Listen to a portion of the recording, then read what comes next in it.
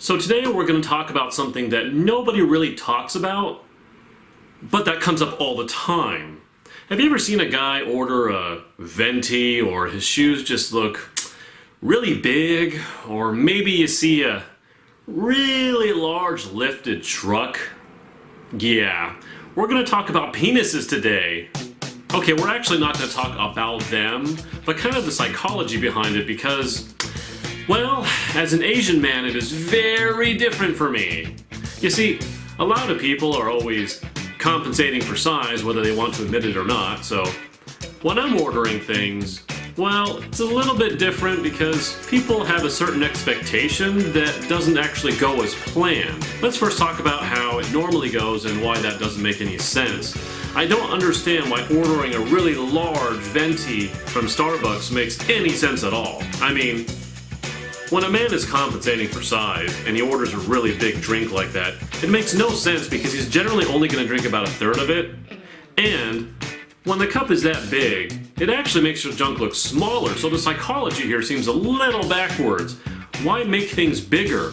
You think you're making it in proportion, but all you're actually doing is making it look smaller. And the result is the saying, the bigger the truck, the smaller the cowboy, which is both proverbial and literally physically the case. I mean, I really don't get it. The bigger you have something, the smaller your junk looks next to it. So why do you keep making things bigger? Which is how we're going to bring this conversation back to me. So as an Asian, I'm not afraid to admit that I'm not walking around with a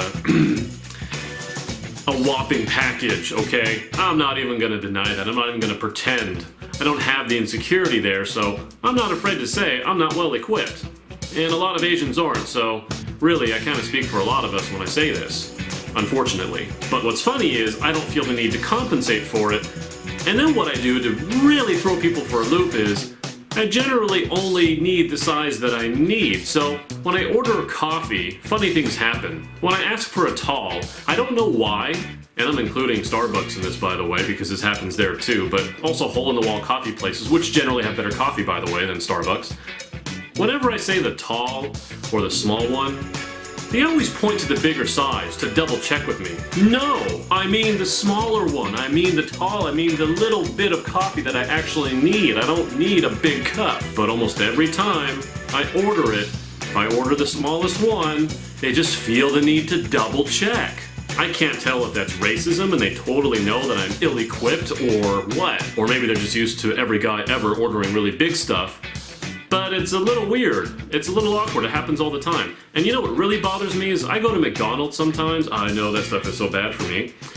And when I first learned about their size changes, I tried to order a small, you know, a number one, I get a small. And when I found out the smallest size was a medium, it kind of didn't make sense to me.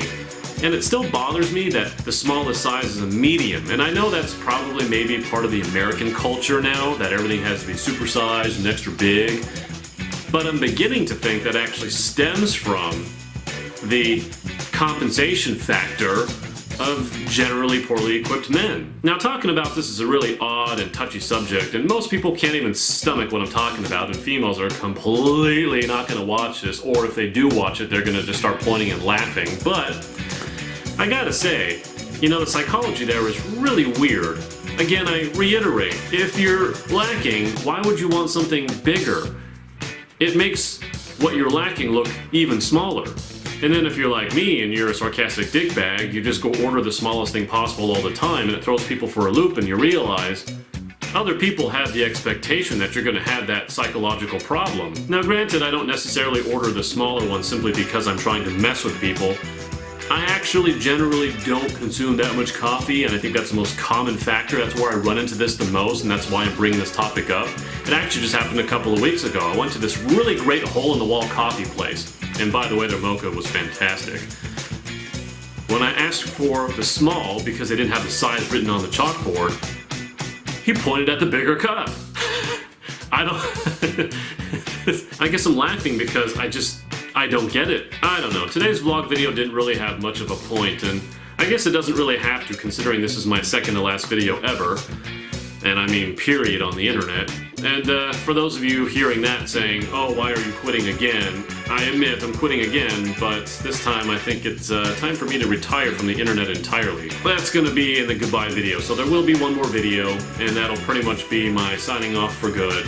But, yeah. I hope you sort of enjoyed this completely off-the-wall filler video that I just made and didn't even think about in any way until I sat down and hit the record button.